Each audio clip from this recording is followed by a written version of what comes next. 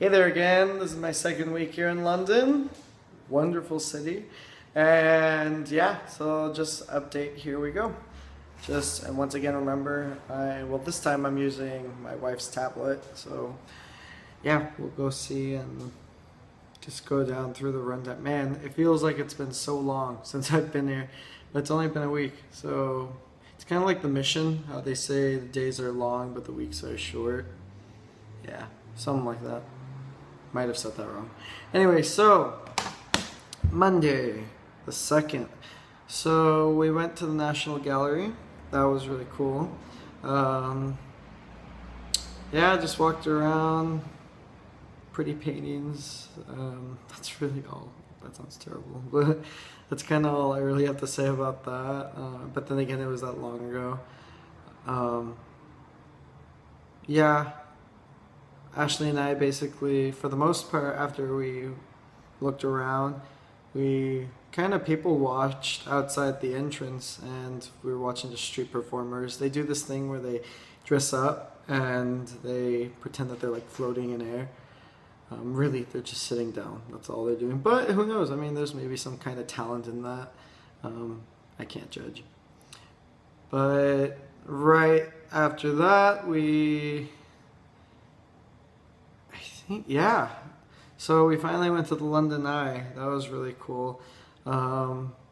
We did like this cool special thing where we did 3 attractions for a better price than just one. So we did the London Eye. That was really cool, just to finally see all of London from high above, and took some pictures there.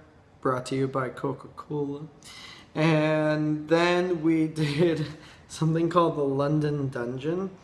So that's basically, it was an attraction where it was like a walkthrough type of attraction where you revisit all the gory history of England. So for example, like there was like Sweeney Todd and Mrs. Lovett, as well as like Jack the Ripper, King Henry VIII, those cool things.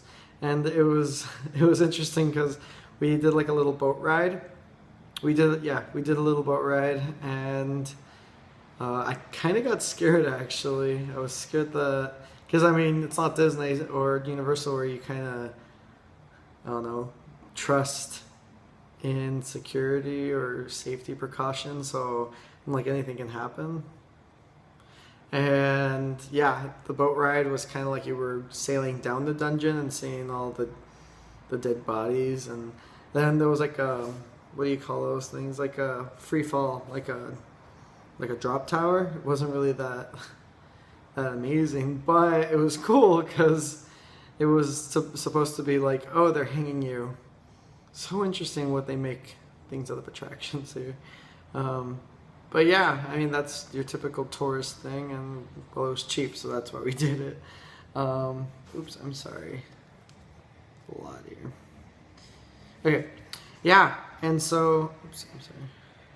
So after that, we actually went and saw the movie. It's brand new. I don't know if it's still if it's premiered in America yet, or even here. I'm not really in the loop, but it's called Florence Foster Jenkins, starring Meryl Streep and Hugh Grant, and it was really good. I really enjoyed it. The whole idea is about, well, it's a true story about a lady who was probably one of the worst singers ever, and she performed in Carnegie Hall and broke some record of, I don't remember exactly what it was, sorry, but it was the record of like having the most performances, not most performances, maybe like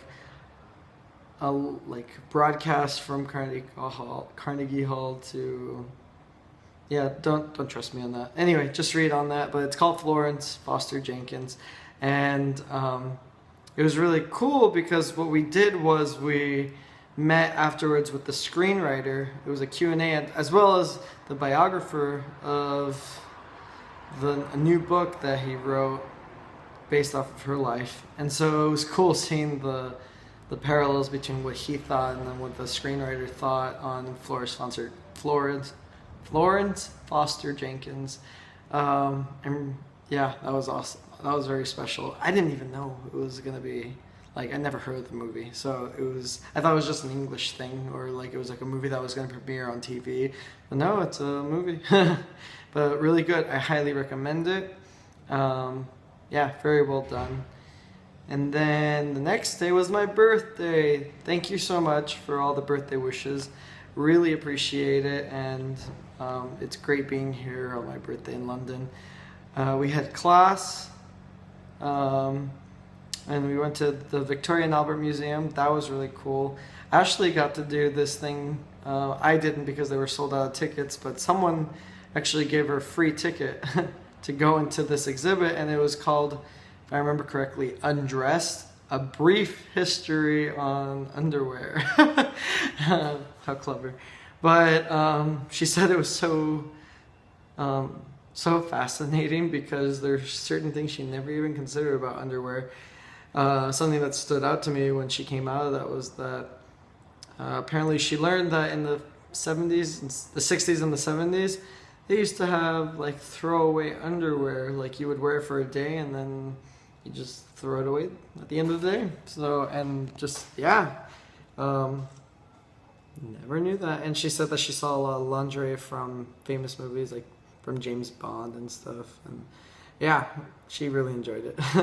And she came out saying that she's very grateful for the underwear she has today. Because apparently everything back then, I mean, it still kind of is, but a lot of stuff back then was for looks, and if it was painful, oh well, that was the price. So, good thing we live in such a comfortable age, I guess. But yeah, what else? Let's see here. So everyone went and saw Citizen Kane at BFI. That was their first movie. Well, we skipped out because before we came, they gave us the schedule, and on that pre-schedule they said that there was nothing that day. Well, turns out that there was, and Ashley and I went and saw Phantom of the Opera because we already booked that like a month or two in advance, maybe a month actually. And we got like awesome seats, and it's my second time watching it, but honestly, like, especially this time watching it where it premiered here in London in Her Majesty's Theatre, that was such an experience. And it was Ashley's first time, and she really enjoyed it. And if I remember, it's exactly 9 years since I saw the production in Broadway, and I miss you, Mom. Missed the time when I went and saw it with her, but awesome that I made such a memory with Ashley, and she really enjoyed it a lot because I try not to tell her the differences between the movie, and every time I constantly kept telling her, like, okay, movie's okay, but you gotta see the show, because that's why I'm not a huge fan of the movie, because the show is way better. Just the effects, I think the story is more clear, and maybe most of you don't even like Phantom of the Opera, but I don't care. So, good for you being pessimistic. But yeah, really happy that she finally got to see it, and I got to be there to see her watch it, and on my birthday, so that was awesome. And then the next day, we went to the Tower of London. I was kind of nervous about that because all I really knew about that place was that that's where Anne Boleyn died. But it was pretty miraculous just kind of walking around, and once again, there's so much history here just from, I mean, we think in America, like, oh, things in Virginia or Maryland are super old, but no, it just keeps going here. It's awesome. Going to the White Tower and then seeing the crown jewels, that was awesome, seeing Queen Victoria's little crown that she's known for in her pictures. And I'm pretty sure Queen Elizabeth's crown was there. We couldn't really tell if it was her crown. Didn't really clarify, but Ashley says it is. King Henry VIII's crown, I'm pretty sure, was there. There was a replica, which I'll get to later, that we saw today, actually. But yeah, awesome. The crown jewels, we got to walk all over the grounds. The moat is so dirty, but I didn't care. It was really cool. And right after that, we saw the Tower Bridge, which is my favorite bridge in all the world. Like, it's so pretty. And we got to cross it, and I kind of wanted to see it open, but whatever. Yeah, it was so cool. Just thinking about, like, in Peter Pan when they fly under it and then over, and it's just so beautiful. And then that night, we went and saw LeBlanc, which is, I don't remember who, but it's the writer of Raisin in the Sun. And it was a pretty powerful, moving production, which talked a lot about like genocide and race, of course, and stereotypes, and exactly, I guess, the question on who exactly is right and what do we do about it. How do we come to an understanding of one's culture, and kind of reminded me of the book Things Fall Apart that I read back in high school. Won't really go too much into the play. I do highly recommend to watch it or to read it if you don't want to watch it. Ending pretty like it struck me a lot, and it's still, I think why I can't really talk about it is because I still don't really have words for it. There's so much emotion and so much contemplating on exactly figuring out the characters on who do I agree with, but I feel like I agree with most of them. That everyone seems to have their perspectives that I can't, like, there's really, like, can't decide if there's a bad guy, or it's not really that there is a bad or good guy. It just seems that everyone's kind of right and wrong in many ways. So I'll let you guys read that. Read it. read it. Or watch it if you can. Then the next day we had class, and then... Oh yeah, then that was a really pretty chill day. We went to go check out the media lab over at the BFI, check out how that works, and I actually got to watch a Alfred Hitchcock documentary of some sort. Didn't really pay attention to that, just kind of was looking at other stuff. And then that night, we actually went and saw the movie His Girl Friday. It's probably my third time watching that film, and I think it's really hilarious. It's very clever and witty. If you want to watch it, it should be on Netflix. I'm positive that it's there, and I totally recommend it. Yeah, I mean, I keep saying that, but everything that we're doing here is so awesome that I really want you guys to watch or to experience somehow, because it will help you in life better to understand certain things and kind of understand your objective here in life. I mean, gospel's cool and it's true, but it helps you expand on those things. But yeah, so hilarious movie. Then the next day, we went on a walk. I forgot. So that was really pretty. We finally went to the countryside. Took a train over to the countryside of England, and we took like a 10-mile walk, and we got to walk with a guy that's like around 80 years old. Can't remember his name, but he's been like a bishop 5 times in the church, and we went with his brother and we checked out like this old castle and like the ruins of it, and we had lunch there.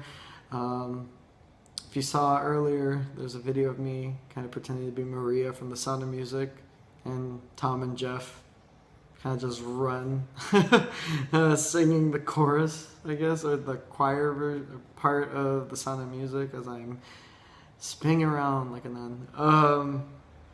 But that was a really special spiritual experience in the way of connecting with nature. That's something I feel I haven't done in such a long time. I've not hiked in, I think, since 7th grade or 8th grade. Camping since then as well, and it was really beautiful to see the creations that Heavenly Father has given upon us, to really see how much He really cares for us, each and every single one of us, and all creatures from our God and King. Constantly been thinking about that hymn. Well, after the walk, we then went back and straight to the BFI to watch Johnny Guitar. thanks to Ali Lamana, I actually knew that, like, the song. I forgot, but she introduced that song to me because apparently that song reminds her of me. Not just because my name is Johnny, but I think because it's also like 1950s and 60s or so, and it's Peggy Lee, of course, who sings it. So, but it's a film starring Joan Crawford, and don't remember the guy's name, but he's in Doctor Strangelove and The Godfather. In The Godfather, he's the police chief, and it was basically what do you call it? A feminist Western film. Western feminist film, I guess you can say. Really interesting. Yeah, if you want to understand film, I think that's one film to really get immersed into. And if you like Westerns or anything feminist-wise, then yeah, go watch it. Yeah. Other than that, let's see. Then there was a chill day. It was optional to go to Portobello Road. Portobello Road. But we were too tired, Ashley and I, so we slept and we just did laundry and chillaxed here. And then we went and saw the movie. It's an Indian film, Charulata.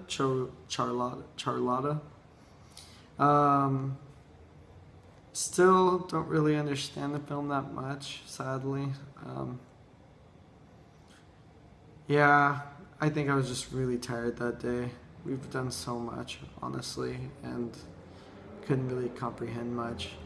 So yeah, but I think I might watch it again, but I need to be awake. Like, really, yeah, I don't know.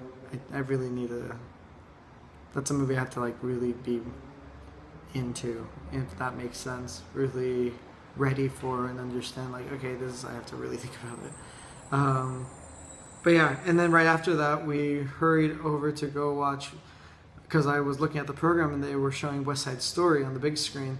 And it's really cool with BFI because what they do is, from what I imagine, it's like in the 1950s in the way of how they have, like, the red curtain, and there's, like, orchestra music playing right before the film that fits in with the style of the film you're going to watch.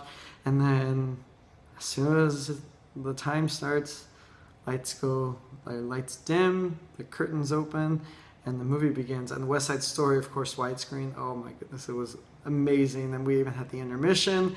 And I wish there was still that kind of stuff today instead of all the megaplex and cinemas that I feel like don't really put much care into it. But I don't know, it's so lavish, I feel. And especially watching West Side Story. Funny story though, right in the beginning, oops, I'm sorry. There we go. Right in the beginning, Ashley's like, I gotta go potty. So she goes, and I'm wondering what's taking her so long because she's, like, missing all the section where the fighting's happening, the dance fighting is happening with the Jets and the Sharks. And then she finally comes back and says, I just met Matthew Perry. I'm like, what? Why does that always happen when I'm not looking? And she can tell you the story if you ask her, but from what I understand, she went to the bathroom. There was a British lady who was like, are you American? And she's like, yeah, why? Kind of weird question in the bathroom. But she's like, well, do you know Matthew Perry? I was like, yeah, of course. Well, he's out there, and I want to go out there, but no one knows who he is, so will you come with me? And so she's like, of course. And so the lady and Ashley Nicole walked over to the little restaurant next to the BFI, because it's connected to a restaurant. Yeah, so you can understand that. And there he is, just sitting down, talking to some friend or a worker or something, and they said hi. She couldn't take a picture because he was in costume and he's doing some show here in London. And they got talking, and then he had to go, and and Ashley Nicole comes back and tells me that she saw him and met him and stuff and got to talk to him. This always happens with her. I mean, from like eating with Echo Smith and Denny's to, like, kind of watching Neil Patrick. Oh, dang it! I'm sorry. I'm in the kitchen, so give me a second. Oh, there we go. To what was I saying? Oh yeah, to taking care, or not taking care, but watching over Neil Patrick Harris's children. So many stories she has, and she just has good luck, honestly. And yeah, and then with the only time I ever with her was with Alfred Enoch from Harry Potter as Dean Thomas or whatever. It's probably the only time that I ever got her luck with her. But it's always with Ashley. So hang out with her and maybe you'll meet the stars. Like actually like talk to them and stuff, not just like see them. But yeah, and so let's see what else. So then right after that we went home. We were kind of tired. Oh, the day before that, it was cool because we went with our awesome friend Alexis Kagi after the movie. Was it the movie? Hold on a minute. Yeah, after Johnny Guitar, we went to Burger King. Burger King is amazing here. Oh my goodness. I'm sorry, I gotta tell you, like, it is the most amazing thing in the world. In America, I hate Burger King. I don't hate it. I just can't. I don't think it's good quality. But here, it's like, oh, I just need it every day. And so far, we've been bad, and we've kind of been going a lot. The burgers are they're just to die for. And they finally have American Coca-Cola. Let me make that clear. Yeah, so good. So, well, anyway, we went with Alexis Kagi. She finally had fish and chips. She brought that to Burger King, and we got talking. And it was her like first time really walking around Piccadilly Circus. Showed her around, and then we took her to the Harry Potter, the entrance to the Harry Potter musical or play over at the Palace Theater. She really enjoyed that, and then we kind of took a long way and took her to Big Ben. Didn't tell her, and she really loved it. I'm really glad that someone else came with me and understood like the power of that building, the spiritual power. And something she said that really struck me, and she kept saying like this might be sacrilegious, but I really didn't think so, was that it was just as sacred as like being next to a temple. And it's so true, just thinking about all the care and as a building, all the hardship that it went through, like especially during World War II. And I think I've talked about this, but once again, I know I keep going back to Big Ben, but it's such a marvelous piece of work. Yeah, and so it was a really cool experience just being there with Alexis and my wife and just really talking about those type of things. She gets it. And then, but yeah, so that was awesome that night.